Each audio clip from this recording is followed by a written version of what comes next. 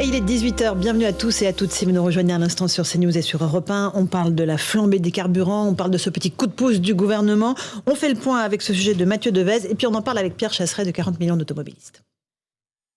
Le prix du carburant continue de grimper, une situation qui agace de nombreux Français. Je roule moins, beaucoup moins qu'avant, parce que ça devient infernal, c'est trop cher. J'essaie de limiter les trajets, de ne pas utiliser le véhicule pour rien, mais bon, c'est pas évident quoi. Et on la ressent, la hausse du carburant. 1,676 € le litre de gazole, 1,744 le samplon 95, 1,808 pour le 98. C'est en moyenne 10 centimes d'euros supplémentaires par litre en un mois seulement. Alors les consommateurs s'adaptent comme ils peuvent. Je gonfle mes pneus un petit peu plus. Je contrôle ma vitesse pour éviter de consommer encore plus. Pour limiter, covoiturage, je pense que c'est la solution. J'investis dans trottinette, vélo, marche à pied. Des solutions plus ou moins viables face à la flambée du prix des carburants qui dépend du cours du pétrole, de la taxation et de la marge des distributeurs. Alors Pierre Chasseret, est-ce que c'est une mesure, cette hausse de 10% du barème d'indemnité kilométrique qui va être efficace? Ça marche? Le compte y est ou pas? Je suis désolé, je vais être taquin, mais moi j'ai rien compris. Mais rien compris à ce que nous a dit Jean Castex. Absolument rien. Il parle fort, mais on ne comprend rien. En fait, cette mesure, c'est rien. C'est-à-dire qu'on prend une minorité, toute petite minorité de Français concernés. Ça coûte 2,5 millions de personnes, à peu près. Et puis la petite dose du barème de 10%, ça va pas leur changer la vie en plus. Et vous ne répondez pas aux 38 millions d'autres automobilistes qui, eux, continuent à faire le plein, à avoir les genoux qui claquent et à se sentir braqués tous les matins à la station-service. Donc, là, il va falloir réagir. Il va falloir réagir parce qu'il faut donner les vrais chiffres. Il faut arrêter de mentir. J'ai entendu beaucoup de candidats à la présidentielle qui se cachent, qui n'osent pas parler de baisse de taxes de carburant. Ils sont à côté de la plaque parce que jamais, depuis le début de ce siècle, 22 ans quand même, jamais l'État n'a perçu autant de taxes sur les carburants. On est à plus de 43 milliards annuels. C'est-à-dire que c'est plus de la moitié du revenu de l'impôt, des recettes de l'impôt sur le revenu. C'est de la folie. On est en train de braquer les Français. Et on crée des inégalités. Parce que c'est bien beau d'entendre des Parisiens qui vous disent « je vais investir dans une trottinette ». Moi, je connais une mère de famille, elle fait 10 km pour emmener les enfants à l'école. Aller, 10 km retour, et ensuite, il faut faire pareil l'après-midi. 40 km par jour en vélo cargo ou en trottinette électrique, je demande à voir. Absolument. Donc si c'est pas la bonne mesure, c'est quoi la bonne mesure? Il faut baisser la fiscalité, c'est ça? Il n'y en a pas 50. Alors je vais être honnête. Bien sûr, moi, à 40 millions d'automobilistes, ce que je souhaite, c'est une baisse de la fiscalité à 5,5%, comme un produit de première nécessité. Mais je l'ai calculé, ça fait 25 centimes de moins pour les automobilistes sur le prix du litre. C'est une super nouvelle. Je suis pour. Oui, mais alors le gouvernement dit au secours, ça ne rentre pas dans les caisses de l'État. Ils n'ont pas, et le gouvernement n'a pas tout à fait tort, puisque ça ferait tomber les recettes de l'État en dessous du niveau normal, entre guillemets. Alors on a regardé comment on pouvait bidouiller tout ça pour créer quelque chose de juste. Nous, ce qu'on propose, c'est d'augmenter la fiscalité un petit peu sur la TICPE, la part fixe, celle qui ne bouge pas, et de baisser la TVA à 5,5. Qui est l'impôt sur l'impôt, on le rappelle. Qui est une TVA globale de 20% sur l'intégralité du prix du carburant. Si vous la passez à 5,5, même en augmentant un peu la TICPE, vous faites baisser les carburants de 14 centimes et vous rentrez dans un niveau de normalité des taxes. Ça, c'est tout à fait envisageable. Ça serait pas un manque à gagner pour l'État. Là, en ce moment, il y a du trop perçu. On en prend trop. Au bout d'un moment, perçu, parce que plus les carburants sont hauts, plus ça rentre dans les caisses de l'État. Puis vous savez, si au bout d'un moment, vous me donnez des sous pour acheter une baguette et que je vous prends 100 € à chaque baguette, au bout d'un moment, vous allez me dire, Pierre, ça fait un petit peu trop. Donc, c'est exactement le même principe. Quand il y a du trop perçu, on rend l'argent. Alors, Jean-Claude Dacier, c'est rien, dit Pierre Chasseret, cette mesure d'indemnité kilométrique. Je comprends, mais je pense que c'est pas possible financièrement, parce que le quoi qu'il en coûte, j'ai même renoncé à savoir exactement combien ça avait coûté, mais c'est gigantesque. Or, il n'y a pas 36 caisses, Bercy n'en a qu'une, il y a l'argent qui rentre et l'argent qui sort. À l'heure actuelle, il en sort plus qu'il en rentre. Donc, moi, je veux bien qu'on demande au ministre des Finances d'amputer encore sa recette de 30 ou 40 milliards. Je crains, et qu'est-ce qui se passe quand le pétrole se met à baisser, si ça doit arriver, ce qui n'est pas sûr. On est dans une situation qui, je suis d'accord avec toi, fait que l'État supplée à tous nos besoins.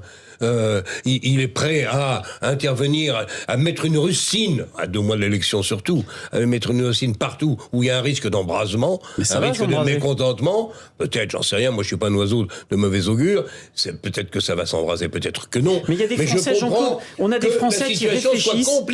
On a des Français en ce moment qui sont en train de se poser la question de savoir s'ils se chauffent ou s'ils roulent.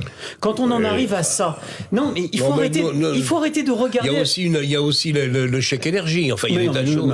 Il faut arrêter. Le chèque énergie n'était pas là pour les carburants. Ouais. Le chèque inflation n'était pas là pour le carburant.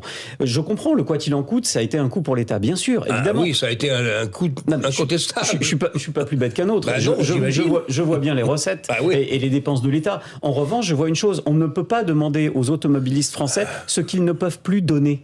C'est-à-dire qu'au bout d'un moment, quand on a fait les poches de quelqu'un, vous pouvez continuer. Quand il reste plus rien, il reste plus rien. Et aujourd'hui, à la station-service, les gens ne demandent pas l'obol, ils font pas la manche pour faire le plein. Ils demandent de quoi mettre de l'essence pour aller bosser, pour emmener les gamins à l'école, pour des besoins primaires. D'ailleurs, je rappelle quand même que le carburant est quand même un produit de première nécessité, puisque pendant le confinement, les stations-service étaient restées ouvertes comme produit de première nécessité. Alors, votre avis, Éric Diard, député Les Républicains, c'est rien cette mesure ? C'est de la poudre aux yeux. Je veux dire, ils ont dû dire, bon, les gens sont en colère, on doit se réunir, on va faire un effet d'annonce.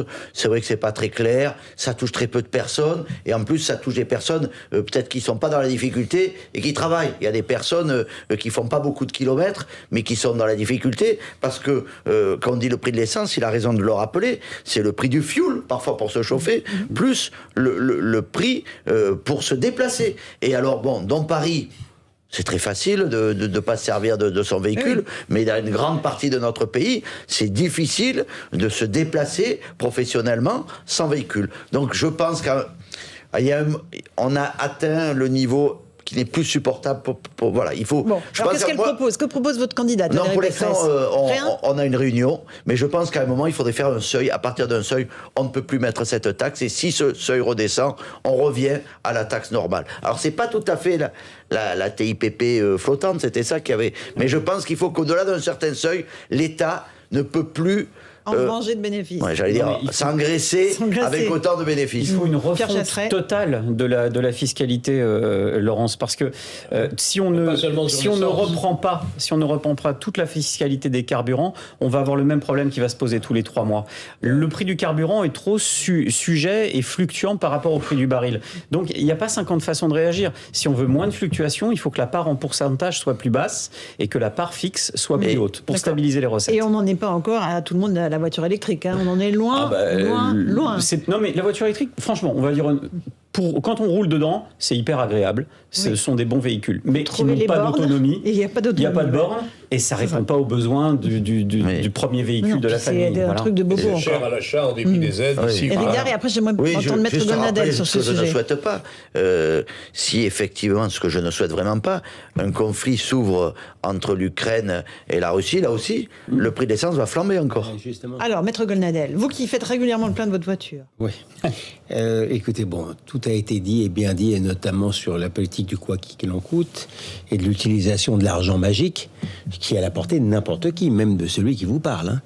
Mais si on veut voir ça, si j'ose dire, de surplomb, et notamment vous parliez du prix du gazole, nous avons été rendus par notre propre faute, enfin quand je dis notre, je suis bien gentil parce que j'y suis pour rien, moi, en ce qui concerne, nous sommes en ce moment dépendants du gaz russe, en période conflictuelle, parce que nous avons, par nous-mêmes, saboté le fleuron de notre industrie, qui est l'industrie nucléaire. Je le rappelle en passant, hein, uniquement pour sacrifier aux ukazes des écologistes. Très clairement, si nous avions conservé notre énergie nucléaire, nous ne serions pas en train de craindre pour la production. On en est là. Elle n'est pas complètement à terre non plus, mais pardon, elle n'est pas complètement à terre. Écoutez, industrie nucléaire. Il y a un certain nombre de centrales en maintenance. Si effectivement nous voulons nous comparer pour nous réchauffer à l'Allemagne qui a carbonisé avec son charbon, je veux bien croire. Mais est-ce que nous avons quand même fermé Fessenheim, nous avons interrompu une partie de notre production nucléaire, et c'est encore... Et il y a une quinzaine de centrales en réparation. Et ils n'ont pas dit leur dernier mot. C'est un véritable suicide industriel et énergétique pour rien. Pierre Chasseret, sur cette dépendance de la France, oui, mais, sur tous ces, mais il est évident toutes ces qu'un énergies. contexte international tendu va provoquer mécaniquement une hausse aussi du prix du baril, et qu'une nouvelle fois, c'est ce qu'on rappelait, 20% ce sont des taxes. La taxe, enfin, il y a cette TVA à 20%, parce que ce n'est pas que 20%, c'est 60% à peu près, les taxes carburant. Donc ça va faire enfler encore les prix. Moi, ce qui m'inquiète, c'est qu'il y a 3 mois, on était ici à se poser la question de que pouvait faire le gouvernement. Il y avait ce fameux chèque tombé du ciel qui servait à rien. Et finalement, on est 3 mois plus tard, il faut à nouveau prendre des mesures. Vous savez quoi ? On va pas attendre 3 mois avant des nouvelles mesures.